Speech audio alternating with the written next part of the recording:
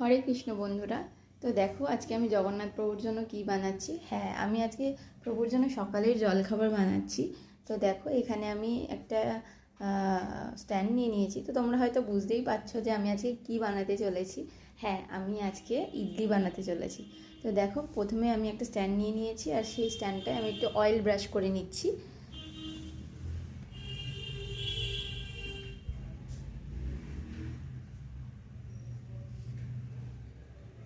তো oil brush করা আমার হয়ে গেছে।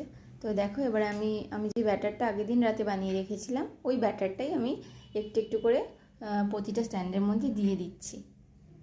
তো তোমরা কে কে ভগবানের জন্য খাবার বানাও বা ভগবানের জন্য ভোগ তৈরি করো, আমাকে অবশ্যই কমেন্ট করে জানিও, তাহলে আমার খুবই ভালো লাগবে।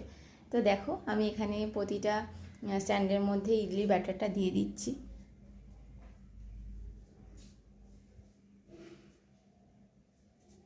হ্যাঁ, এখানে ইডলি ব্যাটারে তোমরা ডাল, দু রকমের ডাল আর চাল ব্যবহার করলেই হয়ে যাবে। উড়ার ডাল, মুগ ডাল, আর তুমি ঘরে থাকা যেই চাল সেই চাল দিয়েই করতে পারবে। এটা ভীষণ সুন্দর হয়। আগের দিন রাতে ভিজিয়ে রেখে দেবে। এটাকে ফার্মেন্ট হতে দিতে হবে, এটাকে বাইরে রেখে দিতে হবে। বাইরে রেখে দিলে এটা ফার্মেন্ট হয়ে যাবে। তো তারপরে তুমি ওটাকে পেস্ট করে নেবে। পেস্ট করে নিলেই হয়ে যাবে। এখানে তোমার ব্যাটার রেডি। যাই হোক, আমার ব্যাটার দেওয়া হয়ে গেছে, দেখে নাও।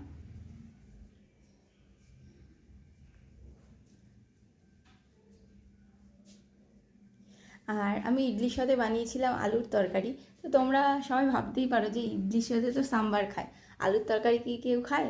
তো যাই হোক, আমার সাম্বারটা কোনো রকমে ভালো লাগে না, আমার পছন্দই নয় একদম।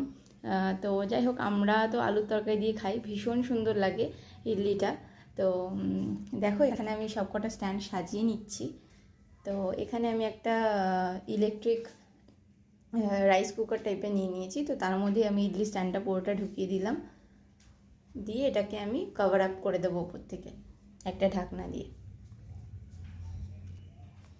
তো দেখো আমার ইডলিগুলো রেডি। তো এবার ভগবানকে ভোগ নিবেদন করার পালা। তো দেখো আমি ভগবানের ভোগের থালাটা সাজিয়ে নিয়েছি, আর সঙ্গে দিয়ে দিয়েছি তুলসী পত্র। একবার ট্রাই করে দেখো।